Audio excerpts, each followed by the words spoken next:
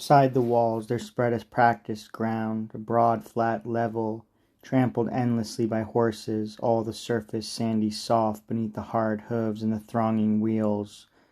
Some of Amphion's 7 sons had there mounted their mettled chargers, reining them with bright gold-studded bridles, and astride caparisons of purple pageantry.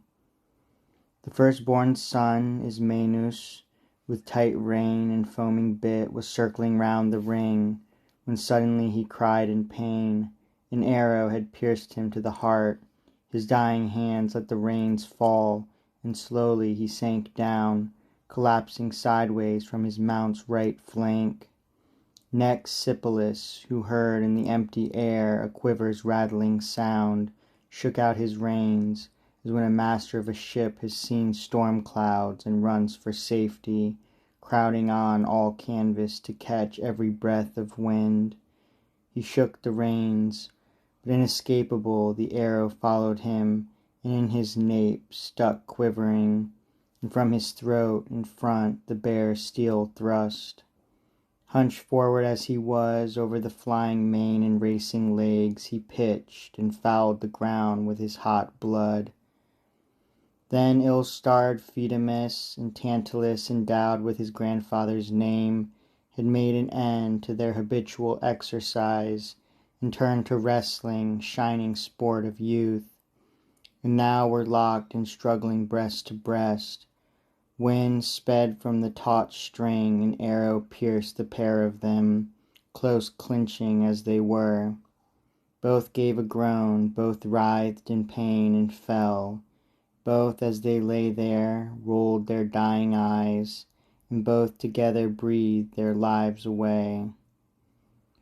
Alphenor saw them, beat and bruised his breast, and flew to lift their cold limbs in his arms, and in that loyal service fell.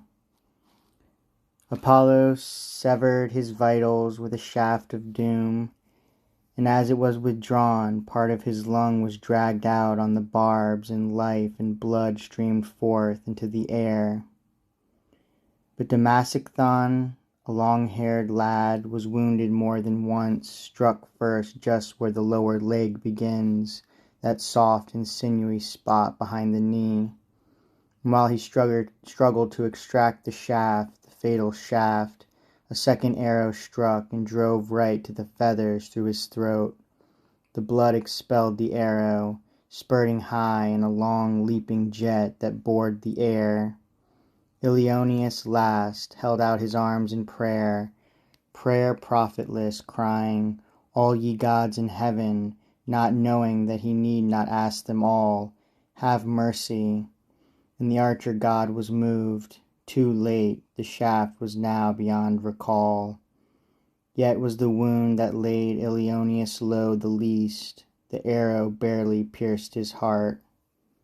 Rumors of havoc, sorrow in the streets, her household's tears brought Niobe the news.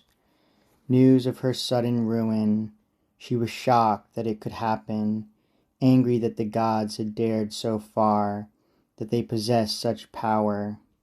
The father, Amphion, had already plunged a dagger in his heart, and by his death ended both life and grief. Ah, Niobe, alas! How unlike now that Niobe who drove the Thebans from Latona's shrine, who walked her city streets with head so high, the envy of her friends, whom now her foes, even her foes, must pity. On the cold corpses she threw herself, and gave her last kisses convulsively to all her sons. Then raising her bruised arms to heaven, she cried, "Feast, cruel Latona, feast upon my grief. Yes, glut your savage heart. On 7 biers I'm born. Exult, triumph in victory. Even so, why victory? My wretchedness still gives me more than your happiness. After so many deaths I triumph still." Hard on her words a bowstring twanged, and all were terrified, save only Niobe. Disaster made her bold. In robes of black, with hair unbound, Beside their brother's biers the sisters stood. One of them, as she wrenched an arrow from her vitals, swooned away, her cheek upon her brother.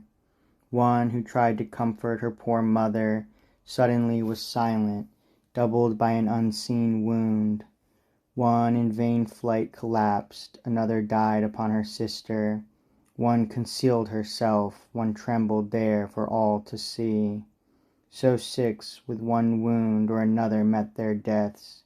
The last was left. Her mother shielded her with her whole body, her whole dress, and cried, "Leave me my one, my littlest. Of them all I crave this one, my littlest." As she begged, the one she begged for fell. She sat bereft amid her sons, her daughters, and her husband, all lifeless corpses, rigid in her ruin. Her hair no breeze can stir, her cheeks are drained and bloodless. In her doleful face her eyes stare fixed and hard, a likeness without life. So too inside, that tongue of hers congeals. Her palate's hard, no pulse beats in her veins, no way for neck to bend, nor arms to wave, nor feet to walk, and all within is stone. Yet still she weeps, and in a whirling wind is swept back to her homeland.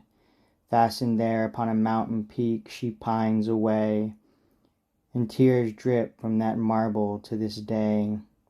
Then every man and woman, all of them, dreaded the goddess's wrath made manifest, and worshipped more devoutly the divine power of the mother of the heavenly pair.